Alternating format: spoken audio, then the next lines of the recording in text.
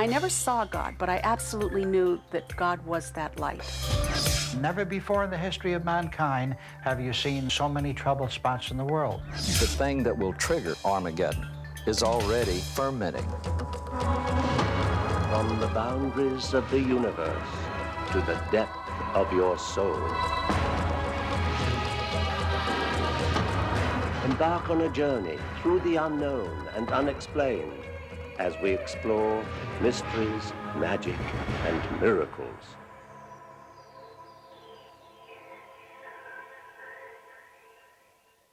Hello and welcome. I'm Patrick Macnee. Earthquakes, fires, floods, and riots have been plaguing civilization in recent years. Why? That's a question we'll address in the next half hour, and you can draw your own conclusions. One of the greatest mysteries of life is the end of life. What does await us in the hereafter? Death is an event most people fear, or at least try to avoid as long as possible. After all, it's the last experience you'll ever have. Or is it?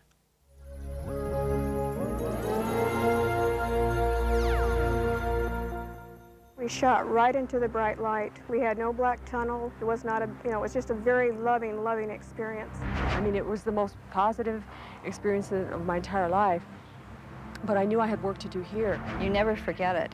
It's a reality that's separate from here, and you are finally you. You are not bolted and halted. You're not weighed down with the personality. You're more complete. And then my son and I went over to a curb, and we sat down and we started talking about it. I mean, we knew each other was there in it, and we just felt each other's feelings. It was hard to describe it. We felt the being's feelings, we felt our feelings. It was just like we were all there together. With continuing advancements in medicine, it's no longer unusual for people to be brought back from death's door. To learn more about this miracle, reporter Susan O'Leary spoke with Diane Morrissey, president of the Southern California International Association of Near-Death Studies. Diane, first of all, for everyone knows a little bit, but tell us, what is a near-death experience? A near-death experience is when someone's physical body comes close to death. And many are straight line, the heart stops sometimes. They can go into cardiac arrest or coma or have a trauma situation to the body. But a near-death experience basically is when the physical body comes close to death. What all does the association do? Well, the International Association for Near-Death Studies was started by Moody and Ring and Grayson many years ago, and it was developed as a support group to help people who've had near-death experience. And now they're estimating that there's probably about 13 million near-death experiencers just in the United States alone. And these are people that are very close to death and or clinically dead and experience being out of their body and looking back and seeing probably their physical body and themselves simultaneously, two of them at the same time. I was electrocuted by my fish tank pump. When I had been cleaning it, I set my hair and had plastic curlers and metal bobby pins. I was standing on a slab floor in a puddle of water, and when I picked up the tubing to see what was wrong with the fish tank, the water squirted across my mouth, and it kind of felt like when you cut your tongue on an envelope when you lick it too fast. And when I screamed, the water rushed into my mouth and touched me on the inside of my left lip. And I felt pulled to sleep against my will. And the very first thing I did is I saw through the hallway walls, and I went and called for help. And when I went to go to the kitchen to pick up the telephone, my hand went through the receiver. And that just kind of scared me. I thought, this can't happen. And my experience was a little different in that I went through the tunnel many times back and forth. I'd come back and watch what was happening here in the house, and then I'd go through the tunnel again. And every time I did, I kind of felt like somebody was there waiting for me. And when she got close enough to me, when I finally realized it was a woman about 100 yards away, she was glowing all around her. She was dressed in white. She stood next to me and she extended her hand out like this and said, "Look there." And when I turned my head, I watched me come out of my mother's womb, and every thought, word, and deed I did for 28 years. Not 1 second of my life was missing. And I relived every emotion I'd ever felt while I was alive. She began to ask me questions about what I wanted to do. I absolutely knew that in the experience that I had a choice. I absolutely knew I could stay dead or come back. When I left the woman, I went through several other tunnels, and I came out to a place and I absolutely knew it was heaven. And it isn't anything that I was taught as a Catholic. It was so much better than any priest or nun had ever described. It couldn't come close.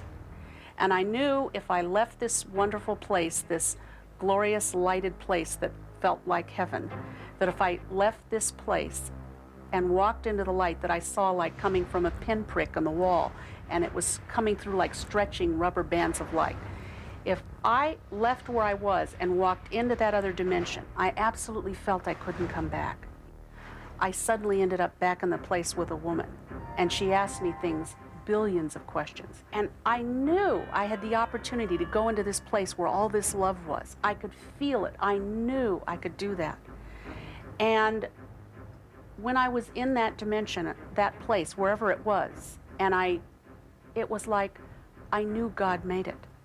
And I never saw God, but I absolutely knew that God was that light. I absolutely knew that. And the entire dimension, everything that I saw was alive. And I knew that nothing ever dies. It just changes. I knew that we never die.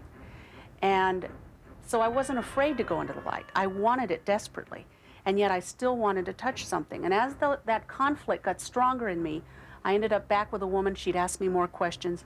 And then I went through the tunnel several times. And before I entered my body, I'm at the ceiling looking down. And I saw my body below me. And I know I'm dead. And I looked down and I said, how sad she's done so very little.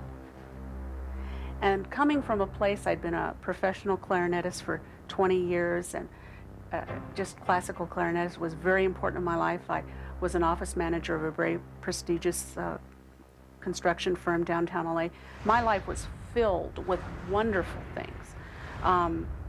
And so it was, I think, my lack of ability before I died to really get close to people. My whole life changed because of this experience.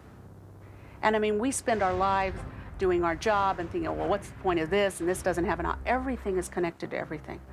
Everything we do, everything we speak, everything we say is so important. I never felt that way before I died. The phrase Age of Aquarius became popular in the 1960s during a period of great social change and spiritual exploration. Astrologers claimed that the convergence of the sun, moon, and key planets in Aquarius on February the 5th, 1962, would accelerate the progress to this era. It is predicted to last until 2160 and is characterized by enlightenment, brotherly peace, and closeness to God. Natural disasters are as much a part of life as eating and breathing. Today, even more so. Turn on the evening news, and you'll see starving nations, wars, earthquakes, fires, and floods wreaking havoc upon the earth. We're living in a fragile world where ancient prophecies of the final judgment speak loudly to us now.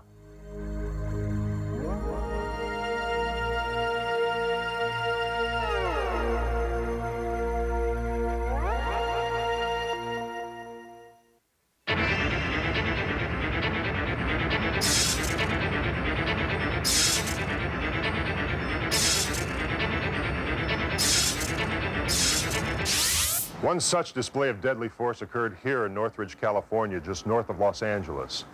At 4:31 a.m., an earthquake measuring 6.8 leveled a great portion of the San Fernando Valley, caused over $1 billion in damage, and took many lives. It is by far the single worst disaster to strike us in recent years.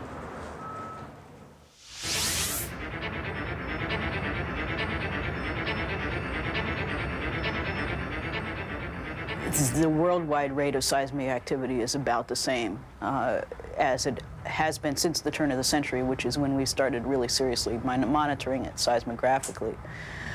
It comes and it goes. I mean, some years are more active than others, but there's no trend up or down in the long-term data. We are talking about a magnitude 8 on the San Andreas as being likely within the next 30 to 50 years. And of course, next year is within that time, so it could happen. The numbering of the years is a human thing, and the Earth doesn't know anything about that. I mean, the Earth is going to do what it's going to do. But I don't think there's any reason to think that, scientifically speaking, that there's anything really bad in store. Armageddon. Many biblical scholars believe we are marking our final days in existence.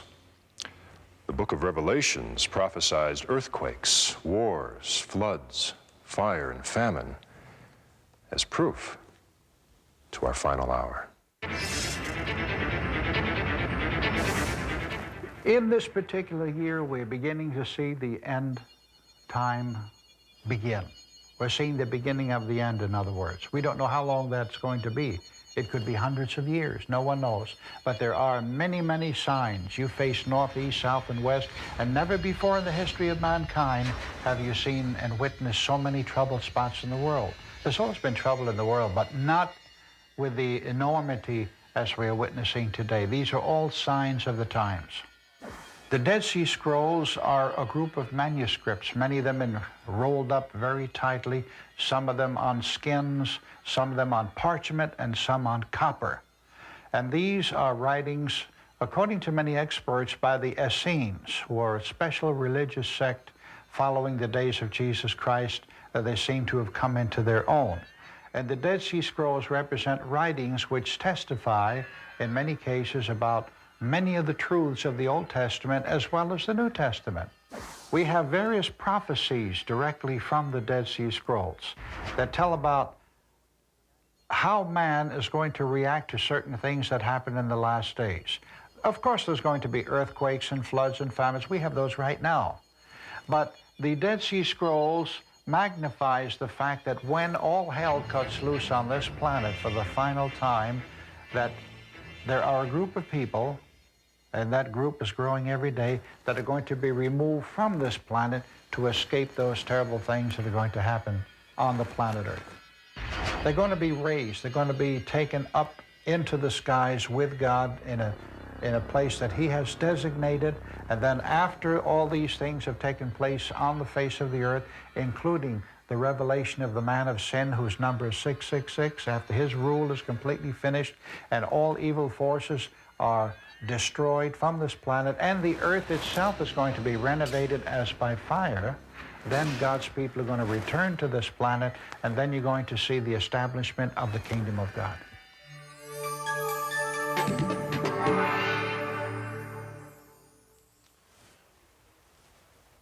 Whether you believe in the scientific evaluation of a normal, changing world, or the divine intervention ending human life as we know it, a few things are for sure. Crime is rampant, people are hungry, and nations are falling apart.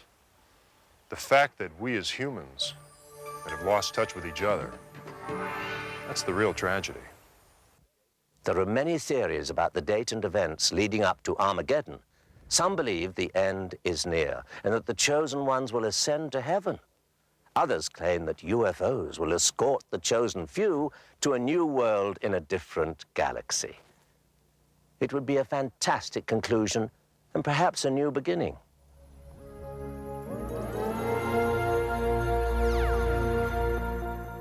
People seem to be getting anxious about what might be in the future as we approach the end of this millennium. There was a great fervor about apocalyptic things at the end of the first millennium, and now people are becoming more conscious of something ominous in the future here, because we're seeing unprecedented storms, global weather pattern changes, tremendous increase in earthquakes, a population explosion that's gone exponential.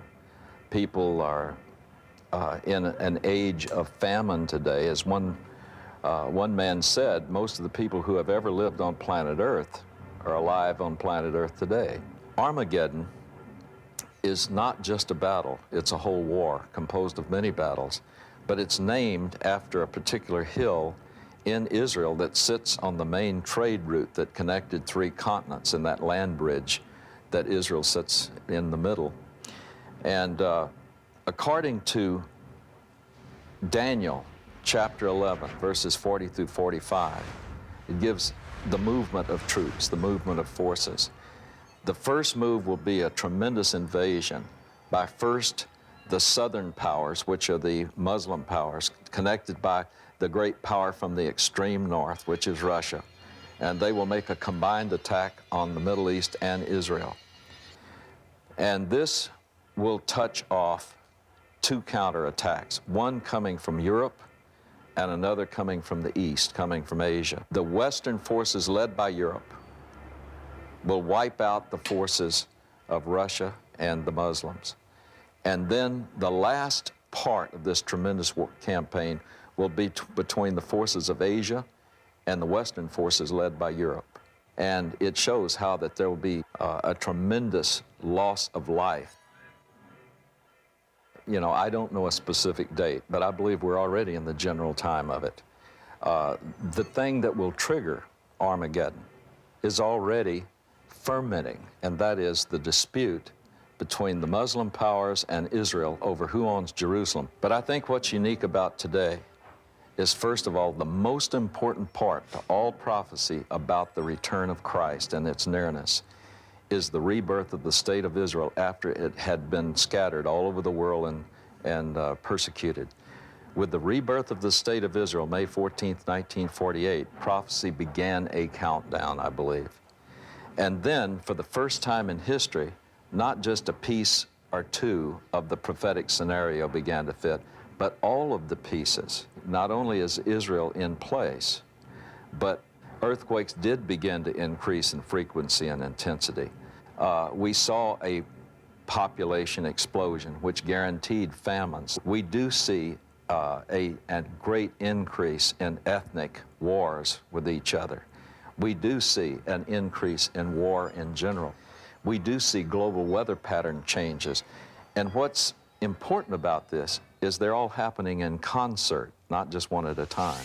There were futures that Edgar Cayce, to give you an example, saw back in the 1930s and 40s, in which he said the western part of the United States would break up and go into the ocean and what have you. But he has been consistently wrong in his predictions and prognostications since 1972. And that is no fault of his as a sensitive, and should not cast any aspersions on his ability as probably one of the supreme psychics or seers of the 20th century. What it should point out is the fact that humanity itself is starting to get the message, that humanity itself is starting to learn and starting to grow and starting to become more and more powerful, that has forcibly changed these prophecies and the predictions. The reason I wrote my book, The Millennium Factor, and the reason I put a lot of the other things that I do on hold is because I saw these things coming. I knew they were coming not only from my studies of Nostradamus and my studies of the pyramid and from my own personal psychic visions, that I saw it coming. And I thought it was my purpose right now at this point in time to begin to educate people before it begins, to show them that there are things that they can do to stop these things from happening. The many geological changes that are going to occur in the United States are necessary now to begin to change the political structure. We simply cannot continue with the political structure we have, which is based on centralization, oppression of human beings, the power both economically, politically, and industrially in the hands of a few over the many. And these geological changes will literally be the only thing that will begin to break up the structure of the world in such a way that mankind will now have the unique opportunity over a 2,000-year span, for the first time in many thousands of years, to be able to completely recreate society as we know it, to completely recreate society based on the concepts of truth and enlightenment and justice. And so all of these natural catastrophes have a silver lining to them as well, because they will begin to break up these structures that have been based on oppression, fear, and obsolescence, and allow us to create this new world. I see humanity continuing for many, many thousands of years. We are simply entering a premillennial phase now, where when we talk about the millennium of the 1,000 years of peace and the reign of a Christ-knowing one on earth, we're looking at the birth, according to the Great Pyramid, of this messianic figure coming between the years 2034 and 2039. And it is my opinion that with the birth of this messianic figure, we enter into a premillennial phase of another 500-year cycle, where we'll have a number of messiahs. We'll have a number of these spiritual leaders, these spiritual kings, so to speak, across the planet. For 500 years, we get to do it ourselves, from the year 2500 to the year 3000. And then from the year 3000 onwards, I believe that the last part of the book of Revelation, where the four-squared city of Jerusalem comes down from the sky and welcomes us into an intergalactic federation, a brotherhood of planets, if you will, where we trade back and forth with other stars, and the Nostradamian prediction that our children's children's children will actually inhabit in colonies the constellation of Aquarius and Cancer, that mankind has a vast, magnificent, marvelous, magical future ahead of it. And that now this is just the stumbling block where it's almost like the little chick is beginning to break out of the egg. And there'll be some ugliness, and there'll be some blood, and there'll be some pain, which accompanies any birth of anything new and anything glorious. The strange events happening in the world envelop our lives and often seem to control them. The mind can be seen as a vessel with limitless capacity. It's up to each one of us to allow that vessel to be filled. I'm Patrick Macnee. Join us next time for more mysteries, magic, and miracles.